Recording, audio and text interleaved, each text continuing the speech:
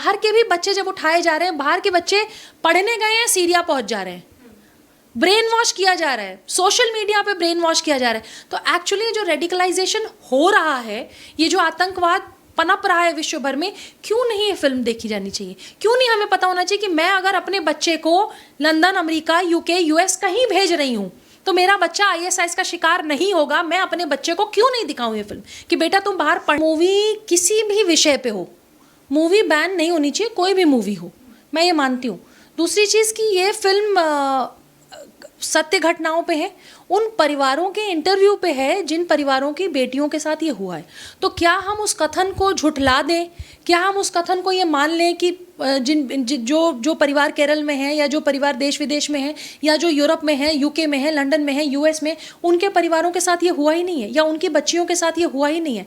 तो कहीं ना कहीं जो हुआ है, जिन लोगों ने इंटरव्यू दिए हैं, जिनके परिवारों से डायरेक्टर प्रोड्यूसर जाके मिले हैं, और उस पर फिल्म बनाई गई है, तो पहली चीज़। दूसरी चीज़, परिवारों को, हो सकता है परिवार झूठ बोल रहा हूँ, बहुत सारे लोग आपको ये भी कहेंगे परिवार झूठ बोल रहे हैं, लड़के झूठ बोल रहे हैं, लड़कियां झूठ बोल रही हैं, उनके माँ बाप झूठ बोल रहे हैं, सब झूठ बोल रहे हैं, मान लिया ये बात। लेकिन उसके साथ साथ ये भी मान लेते हैं कि जो कोर्ट है, जो केरला हाई कोर्ट है, जो केरला हाई कोर्ट ने अपने कोर्ट में कहा है कि देखिए 2009 में एक बात हुई थी कि 2009 में केरला हाई कोर्ट ने कहा था कि लव जिहाद पे कानून बनना चाहिए। तो क्या आप केरल हाई कोर्ट की भी बात नहीं मानेंगे? क्या हम कोर्ट को भी क्वेश्चन मार्क या शक के घेरे से देख सकते हैं? अगर हम कोर्ट नहीं मानेंगे, कचहरी नहीं मानेंगे, और अगर हम उन बच्चियों के परिवारों को नहीं मानेंगे, माँ बाप को नहीं मानेंगे, जिसकी बच्ची ने फांसी लगा ली, हम उसकी माँ के इंटरव्यू को भी नहीं मानेंगे, तो हम किसको मान रहे हैं फिर? तो फिल्म तो ज़रूर देखनी चाहिए और सबको देखनी चाहिए। विपक्ष का ये नाटक करना बहुत लाजमी है, क्योंकि कर्नाटक में चुनाव है और 2024 में इलेक्शन आने वाला है। तो कहीं ना कहीं मोदी जी की इमेज को धूमिल करके, हिंदू मुस्लिम करा के आप उसकी जो मलाई है वो खाना चाहते हैं। लेकिन फिर मैं कहूँगी, मैं ये खुद बात मानती हूँ कि आतंक का धर्म नहीं होता, लेकिन कॉन्ट्राडिक्टरी है देखिए लाइन, क्योंकि अगर आतंक का धर्म नहीं होता कि तो अतीक अहमद में लोगों को धर्म कैसे दिखता है? केरला स्टोरी में लोगों को धर्म क्यों दिख रहा है? मुसलमान की बात कर कौन रहा है और क्यों कर रहा है? मुसलमान अगर हम बोलते हैं तो हम तो कलाम साहब को मानते हैं, कसाब को नहीं मानते। तो कलाम साहब का तो नाम सुनते ही कोई ऐसा भारतीय नहीं होगा जिसका सर जो है इज्जत के साथ झुकेगा नहीं। लेकिन कसाब की जब आप बात आएगी, अतीक अहमद की बात आएगी, मुख्तार अंसारी की बात आएगी, तो हमारे अंदर कितना गुस्सा आता है, द्वेष आता है, वो सबको पता है। तो बात सिर्फ आतंकवाद की हो रही है, बात सिर्फ टेररिज्म की हो रही है, तो किसी धर्म से मत जोड़ी। और जो लोग इसमें धर्म देख रहे हैं उनसे सवाल पूछिए कि आप तो कहते हैं कि धर्म, आतंक का कोई धर्म नहीं होता। आतंक का धर्म नहीं होता तो आपको अतीक अहमद में और उसकी बीवी शाइस्ता में अपनी फूफी जान क्यों दिख रही है? ये सवाल उनसे ज़रूर पूछिए। अच्छा मैम, अगर हम मूवीज़ की बात करें तो जब भी रियल लाइफ से रिलेटेड कोई मूवी आती है तो विपक्ष को और काफ़ी सारे बड़े राजनेताओं को क्यों दिक्कत होती है जब भी रियलिस्टिक कोई मूवी स्क्रीन पर आती है? आज़ादी के 70 सालों तक इन्होंने एक धर्म विशेष को खुश करने के लिए बहुत सारी पॉलिसीज़ बनाई, बहुत सारे इन्होंने पैसे फूके, बहुत सारे इन्होंने, मतलब जो ये कर सकते थे ना, जो वोट प्लीजिंग के लिए, वो उन्होंने सब कुछ किया। पहली बार ऐसा हो रहा है कि देश में हिंदू, मुस्लिम, सिख, ईसाई चारों इक्वल हैं। अभी तक इक्वालिटी नहीं थी। हम डेमोक्रेसी में रहते थे लेकिन इक्वालिटी नहीं थी। मतलब आप ये सोचिए कि इनको एक धर्म विशेष को खुश करने के लिए एक वीआईपी ट्रीटमेंट दिया जाता था। आज क्या हो गया है कि उसके अलावा जो 3 धर्म है ना, वो भी अपने राइट्स के लिए बात कर रही हैं।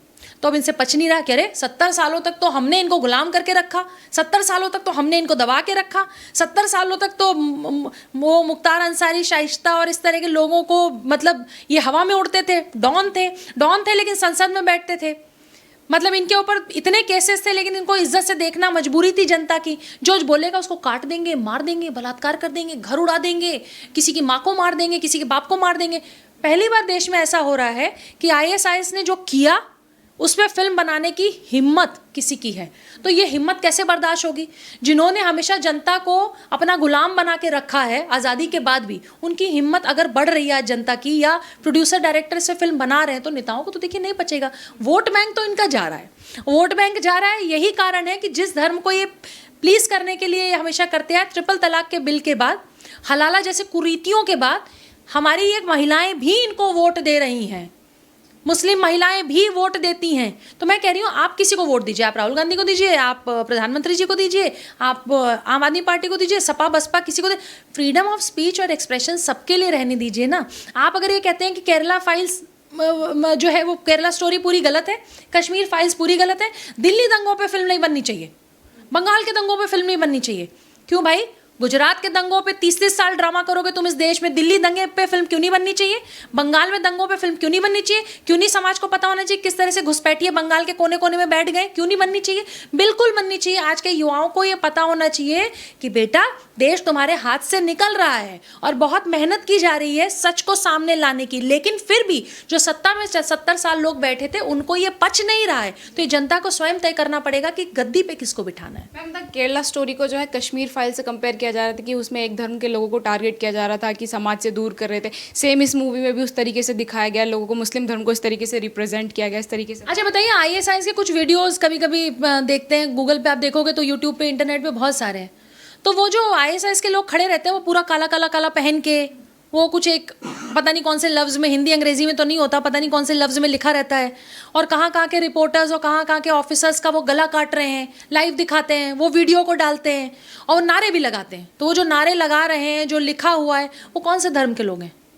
आप खुद धर्म जोड़ रहे हैं भाई। हम तो बार बार कह रहे हैं कि धर्म मतलब आतंकवाद का धर्म नहीं होता, लेकिन एक विशेष लोग हैं ना जो 72 हूर बोल बोल के जिहाद के रास्ते पे लोगों को लेके जा रहे हैं। लड़कियों को बता रहे हैं कि इस रास्ते पे चलोगी तो ये होगा, लड़कों को बता रहे हैं 72 हूरें मिलेंगी, युवाओं को बता रहे हैं कि जिहाद के रास्ते पे चलो, ऊपर वाला खुश हो जाएगा।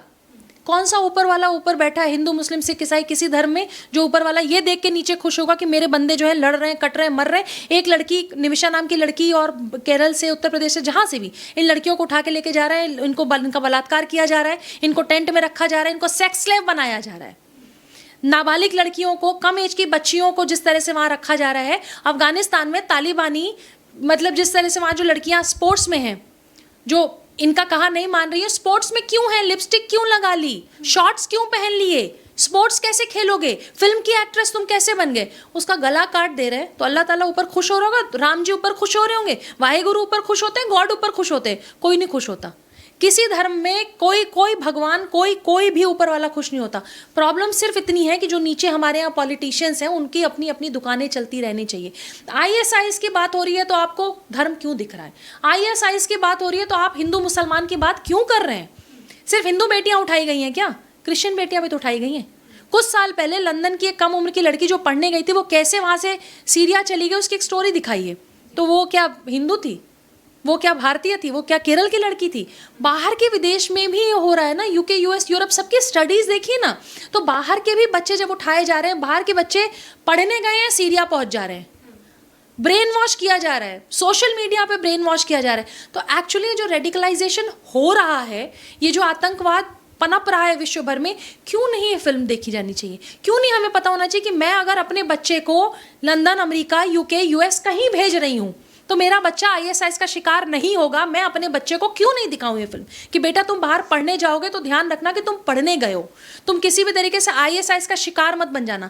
और ये फिल्म, मुझे लगता है कि ये एक प्रमाण है कि ये फिल्म आप देखिए। जो लोग नहीं देखने गए, मेरी रिक्वेस्ट है आप खुद फिल्म देखिए और खुद तय करिए कि इसमें कोई धर्म है, जाति है, या कुछ रेडिकलाइज लोग हैं, कट्टर लोग हैं जो देश में कट्टरता फैलाने का काम कर रहे हैं। आपको खुद तय करना पड़ेगा कि आपको कलाम साहब के रास्ते पे जाना है या आपको कसाब के रास्ते पे। मैं आखिरी सवाल लेना चाहूँगी। आपने इस मूवी के इतने सारे पॉजिटिव व्यूज़ बताए, जब एक मूवी लोगों को सच्चाई से रूबरू करा रही है तो कुछ लोगों को इससे क्या दिक्कत है? क्यों वो चाहते हैं कि लोग सच्चाई को ना देखें?